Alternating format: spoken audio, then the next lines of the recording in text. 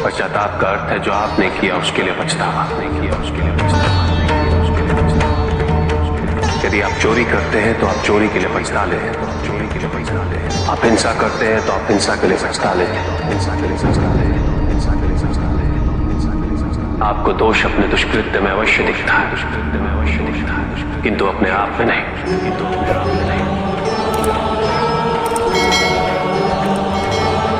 क्योंकि दोष आप अपने से बाहर ढूंढते हैं, उसके कारण अपने से पृथक करके देखना चाहते हैं।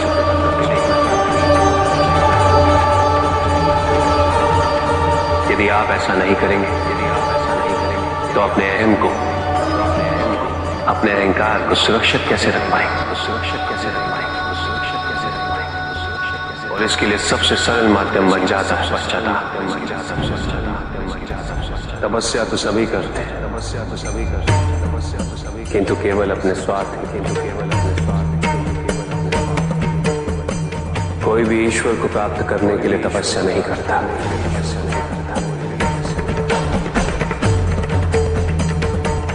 कोई भी तपस्या इसलिए नहीं करता कि उसकी भक्ति उसके आराध्य तक पहुंच जाए। मृत्यु चाहते हो, मुक्ति चाहते हैं, किंतु मृत्यु से मुक्ति प्राप्त नहीं। ना ही मृत्यु जीवन का अंत,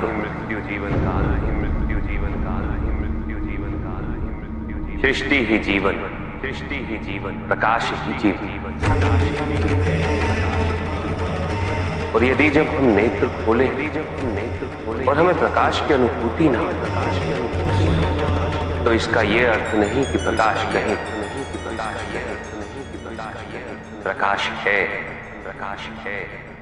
आवश्यकता है तो अपने नेत्र खोलकर अंधकार परे देकर यदि इस संसार में उन्नति तभी संभव है जब इस संसार में समानता हो। बराबर कोई सर्वशक्तिशाली ही नहीं रहेगा तो कोई निर्बल नहीं होगा। यदि कोई बड़ा नहीं होगा तो कोई छोटा ही नहीं रह पाएगा। शक्ति के इस असंतुलन को संतुलित रखना अनिवार्य है, क्योंकि ईर्ष्यापूर्ण प्रवृत्ति व्यक्तिगत हो, वो केवल अपने स्वार्थ, अपने उद्धार तक ही सीमित रहे। ईर्ष्या ही वो विष है जो व्यक्ति के हृदय में ना हारने की महत्वाकांक्षा को जन्म देती। जीतने की इस व्यवस्था से ग्रसित मनुष्य धर्म अधर्म, न्याय अन्याय, उचित अनुचित का ज्ञान भूल जाता है।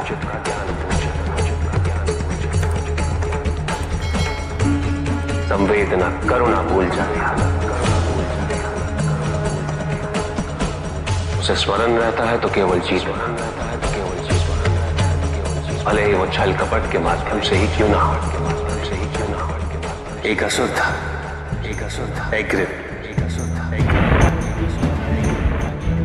एक दिन वो ब्रह्मलोक गया।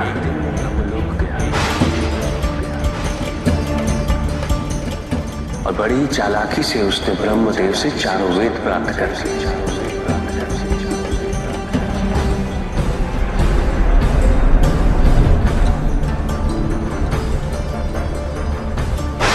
और जाके समुद्र में छुप गया, क्योंकि सारा ज्ञान वेदों में नहीं था। इसलिए संसार से सारा ज्ञान चला गया।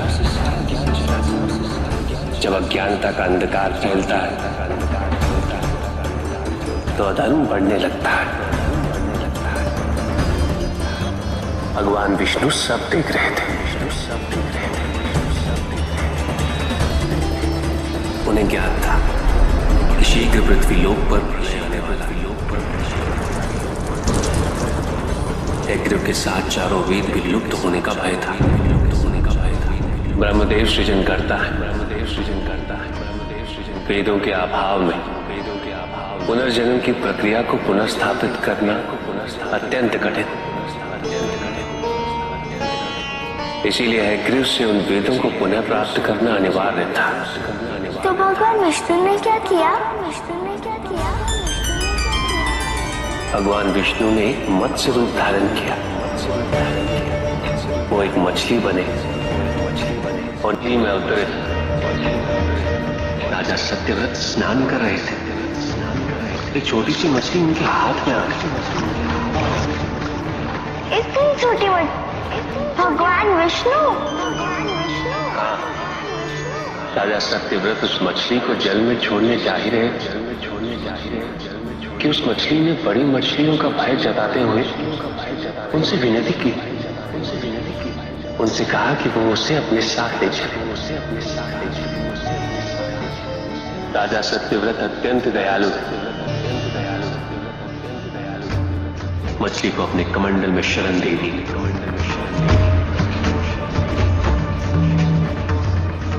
और अपने महल में ले गए।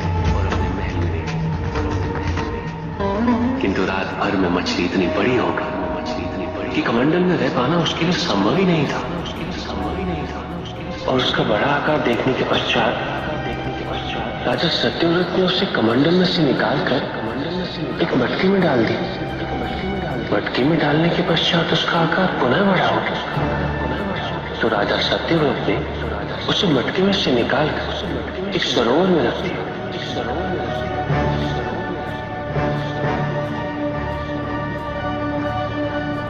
किंतु उस एक ही रात सरोवर में रखने के पश्चात भी उसका आकार इतना बड़ा हो गया कि उसे नदी में रखना पड़ा। किंतु नदी में रखने के पश्चात उसका आकार पुनः बढ़ा हो और इतना बड़ा हो गया कि यदि उसे महासागर में नहीं रखा जाता तो उसकी मृत्यु निश्चित थी। राजा सत्यव्रत उसे महासागर की ओर ले गए।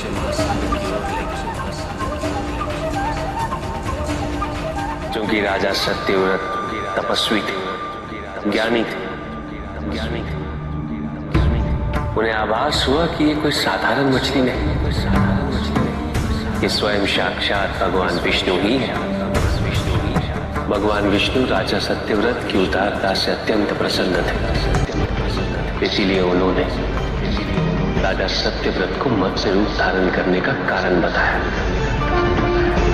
साथ ही उन्होंने सत्यव्रत से कहा कि आज से 7वें दिन प्रलय आए, समस्त पृथ्वी जल में समा जाए। किंतु आप सप्तऋषियों के साथ साथ अनाज, वनस्पति व अशुद्धों की प्रत्येक प्रजाति के बीज और प्रत्येक पशु का एक एक जोड़ा लेकर एक विशाल नौका में सवार होकर मेरी प्रतीक्षा कीजिएगा। केवल एक ही स्थान ऐसा होगा जिसकी ऊंचाइयों को जल छू नहीं पाएगा। मैं लौटूंगा और आपको वहां लेके चलूंगा। ऐसा कौन सा स्थान था? हिमालय पर, अर्थात तुम्हारी माता के पिता हिमालय। फिर क्या हुआ? ऐसा कह के भगवान विष्णु समुद्र में चले गए और अपने मत्स्य रूप में उन्होंने हयग्रीव को ढूंढ निकाला। उस दुष्ट का वध करके वेदों को पुनः प्राप्त कर लिया। तो क्या प्रलय आया? हाँ, ठीक 7वें दिन। किंतु भगवान विष्णु के आदेश अनुसार राजा सत्यव्रत एक विशाल नौका में उनकी प्रतीक्षा कर रहे थे। तभी विष्णु जी एक सींग वाली विशाल स्वर्ण मत्स्य रूप में प्रकट हुए। नौका को मत्स्य से बांधते हेतु सर्पराज वासुकी का प्रयोग किया और विष्णु जी ने अपने वचन अनुसार उन सबको हिमालय तक सुरक्षित पहुंचाया, ताकि प्रलय के पश्चात वेदों के आधार पर संसार पुनः बसाया जा सके।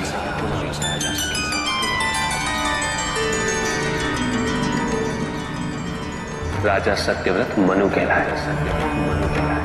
मनु अर्थात मानव जाति के प्रजनक। इसी प्रकार भगवान विष्णु जी न केवल वेदों को पुनः प्राप्त कर, अपितु समस्त संसार का कल्याण भी। अर्थात भगवान हर संकट में अपने भक्तों की सहायता अवश्य करते हैं। अस्थिरता तो केवल अविश्वास से आती है, स्थिरता के लिए विश्वास है। विश्वास और शांति की निरंतरता बनाए रखना कैसे संभव है? इस नकारात्मकता का प्रसार हम कैसे रोकें प्रभु? केवल इस जागरूकता से कि सब कुछ अहम से संबद्ध नहीं। जब भी किसी व्यक्ति के कार्य में अहम भाव प्रबल हो तो अहंकार व्यक्ति जैसा भी हो उसे अस्तित्व केवल वैसा ही प्राप्त होता है। व्यक्ति यदि अपने कर्मों के लिए अपने को उत्तरदायी समझे तो स्वतंत्रता। जब तक व्यक्ति किसी और को उत्तरदायी समझेगा तब तक वो निर्भर रहेगा। व्यक्ति यदि ये सोचे कि उसके दुख का कारण कोई और तो सुखी कैसे रहता है? यह संभव है क्योंकि दूसरों को परिवर्तित करना उसके वश में है। वो तो केवल अपने आप को परिवर्तित कर सकता है। यही एक स्वतंत्रता है उसके पास। जो पीड़ा है, जो कष्ट है, वो व्यक्ति के अपने फल है, अपने निर्णय के फल। और जिस दिन वो अपने निर्णय परिवर्तित करते हैं उसी दिन उसके जीवन में परिवर्तन भी आता है। जिन्होंने जीवन के प्रति घृणा सिखाई उन सभी व्यक्तियों ने पृथ्वी को नर्क बनाने में अपना योगदान दिया। इसलिए अधिकांश व्यक्ति अपने दोष, अपनी त्रुटियां और अपनी व्यर्थता को जीवन पर आरोपित कर मुक्त हो जाते हैं। उन्हें लगता है कि जीवन ऐसा ही होता और उसके समक्ष वो विवश। वो ये नहीं समझते कि वो जिन प्रवृत्तियों को लिए वो प्रवृत्तियां दुख को जन्म देने वाली वृत्तियां हैं। वो अपनी अज्ञानता की गहराई से अनभिज्ञ और वो अपने अहंकार में ये स्वीकार नहीं कर पाते कि वो तो कुछ जानते हैं। अहंकार सर्वज्ञता का भ्रम उत्पन्न करता है। न जानने की स्वीकृति बहुत बड़ी विनम्रता और वही पवित्रता भी है। हमें संसार में संतुलन को बनाए रखने के लिए पवित्रता के आधिक्य की आवश्यकता है। किंतु प्रभु, इस पवित्रता में कौन से लक्षण अनिवार्य हैं? अनेकों लक्षण, किंतु इन परिस्थितियों में जो सबसे अधिक महत्वपूर्ण वो है सतित्व। सकारात्मक ऊर्जा का सबसे पावन स्वरूप सतित्व। इस सतित्व पर मात्र विश्वास ही पर्याप्त है व्यक्ति को सुरक्षित रखने के लिए।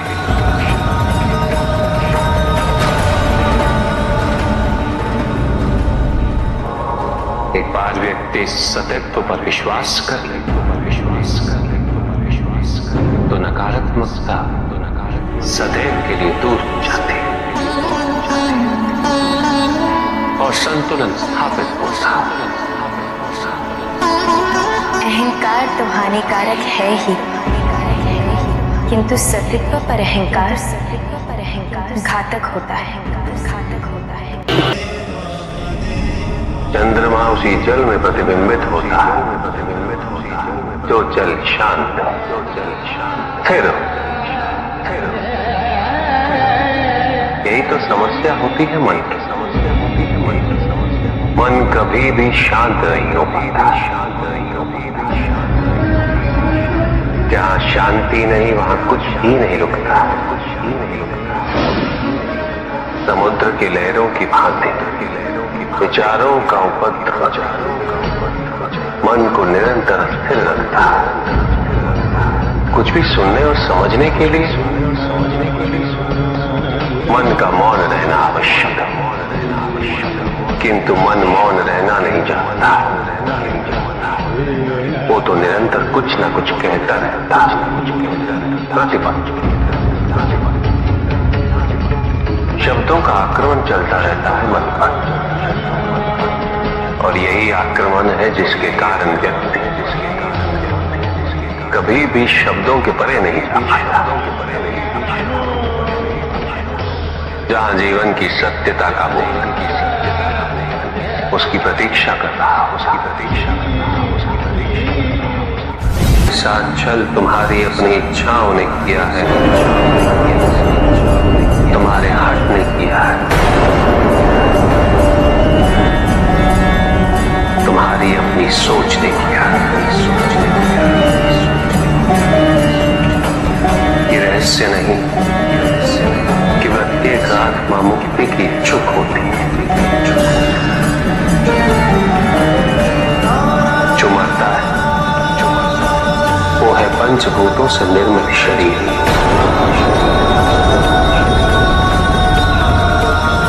किंतु आत्मा तो अजर है, अमर है।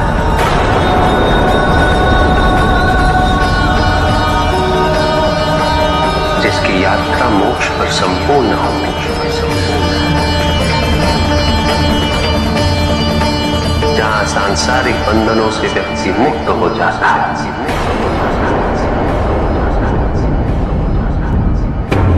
सारी इच्छाएं लुप्त हो जाती, किंतु तुमने तो कभी सत्य की खोज ही नहीं की। तुम तो सदैव उन तत्वों को ढूंढते रहे जो तुम्हारे अहंकार के पोषण हेतु आवश्यक थे।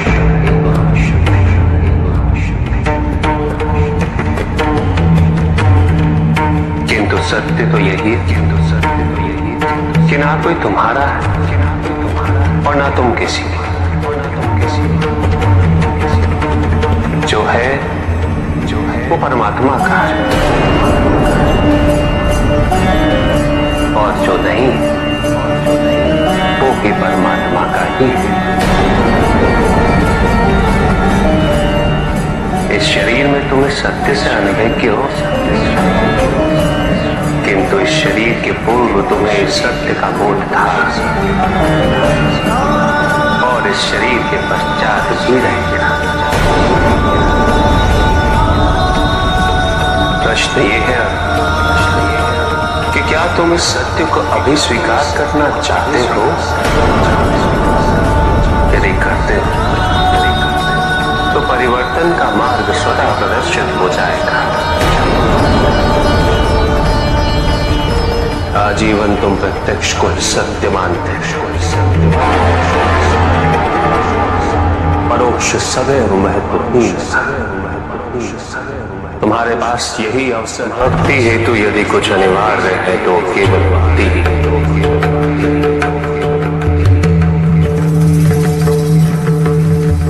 किंतु प्रश्न ये है कि क्या आपकी भक्ति संपूर्ण है?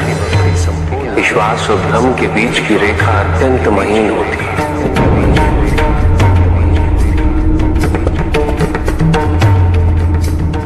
असंख्य व्यक्ति ये नहीं समझ पाते कि उनका विश्वास या भ्रम।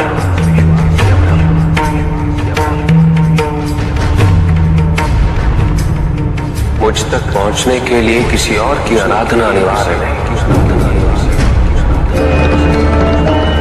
मेरे सच्चे भक्त तो मुझे किसी भी रूप में पूज सकते, किसी भी रूप में प्राप्त कर सकते। ओम नमः शिवाय। पुरुष और प्रकृति एक है, वो कभी पृथक नहीं हो सकते। शक्ति शिव के बिना अधूरी है,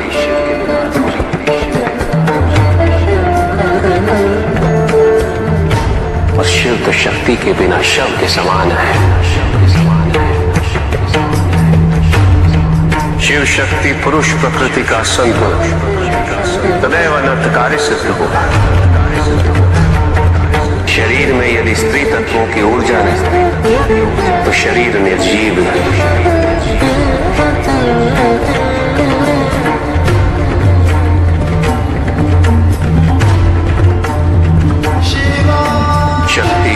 के संपूर्ण रहस्यों को समझ लेना भक्ति, ज्ञान और तपस्या की पराकाष्ठा।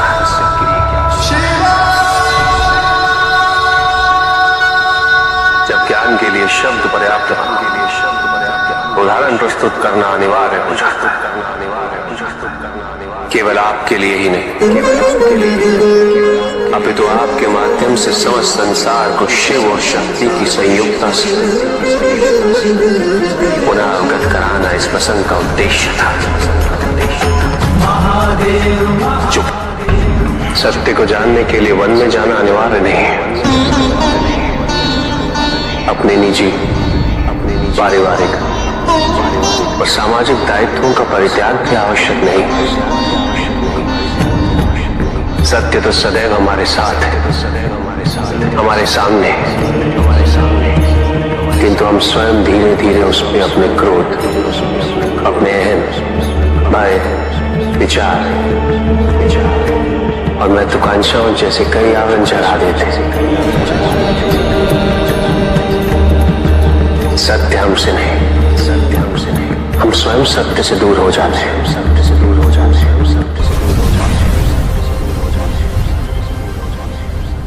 ज्ञान का भ्रम अज्ञानता का प्रथम लक्षण है। इस प्रकार भरे हुए पात्र में कुछ नहीं समाता, उसी प्रकार ज्ञान के अहंकार से भरे मन में अधिक ज्ञान नहीं समाता। जहाँ प्रश्न नहीं वहाँ जिज्ञासा नहीं, और जहाँ जिज्ञासा नहीं वहाँ ज्ञान की वृद्धि नहीं हो सकती। निसंकोच होकर पूछिए, प्रभु आप तो कालोपरी हैं, सर्वज्ञ हैं, त्रिकालदर्शी हैं। चारों ओर ये जो अज्ञान का अंधकार फैल रहा है, उसमें ज्ञान का मूल अर्थ कहीं ना कहीं खोता जा रहा है। मेरा आपसे विनम्र निवेदन है प्रभु, किसी अन्य विषय पर चर्चा आरंभ करने से पूर्व हमारे और इस समस्त संसार के कल्याण और मार्गदर्शन हेतु आप ज्ञान की मूल परिभाषा से एक बार हमें पुनः अवगत करवाएं। ज्ञान और अज्ञान की परिभाषा को स्पष्ट रूप से समझने के लिए ज्ञान और अज्ञान की विशेषताओं का स्मरण करना आवश्यक है,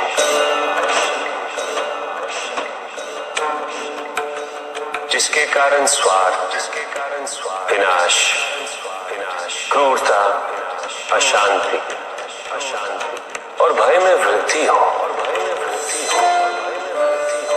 वह ज्ञान है।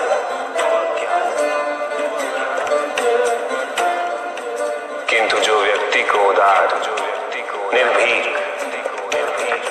सहनशील और विनम्र बनाए, वही ज्ञान है।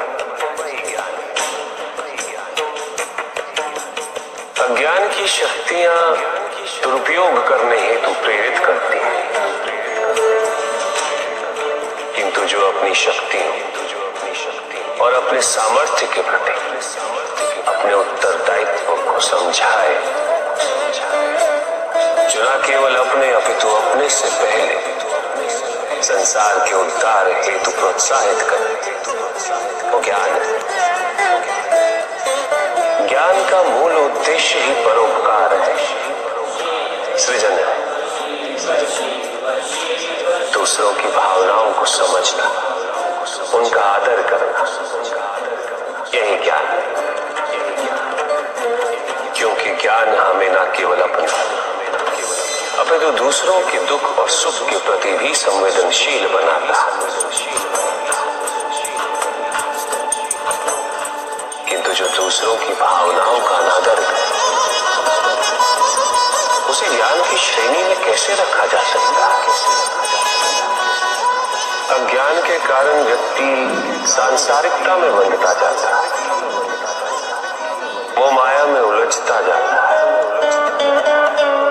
अज्ञान परम सत्य से दूर ले जाने का माध्यम है, किंतु ज्ञान व्यक्ति को परम सत्य की ओर ले जाता है। ज्ञान मुक्तिदायक मोक्ष का मार्ग और इस मुक्तिदायक ज्ञान का सर्वोच्च रूप है आत्मज्ञान। और यही ज्ञान की पूर्णता भी है। ज्ञान और अज्ञान का भक्ति का उचित मार्ग बताए हमें, ताकि मेरी भांति दूसरा कोई भूल ना करे। भक्ति मुक्ति का आधार है पुष्पक, और मुक्ति तो केवल समर्पण से ही संभव होगी। और समर्पण के लिए पुष्प स्वर्ण आभूषण भी, रत्न धन विधि विधान में केवल अपने मन को अर्पित करना अनिवार्य है। जानना चाहते हो पुष्प कि वो कौन से पुष्प हैं जो मुझे अत्यंत प्रिय हैं? इंद्रियों का नियंत्रण, दया, शांति, तप, क्षमा, ध्यान और सत्य। और जब कोई मेरे इन पुष्पों से आराधना करे, मैं अवश्य प्रसन्न होता। भक्ति में भव्यता आवश्यक नहीं है पुष्पक, अभी तो सरलता आवश्यक है। भक्त के लिए ये समझना अत्यंत कठिन हो जाता है। प्राय भक्ति कब मोह में परिवर्तित हो जाती है। और ऐसे में पथ भ्रमित होना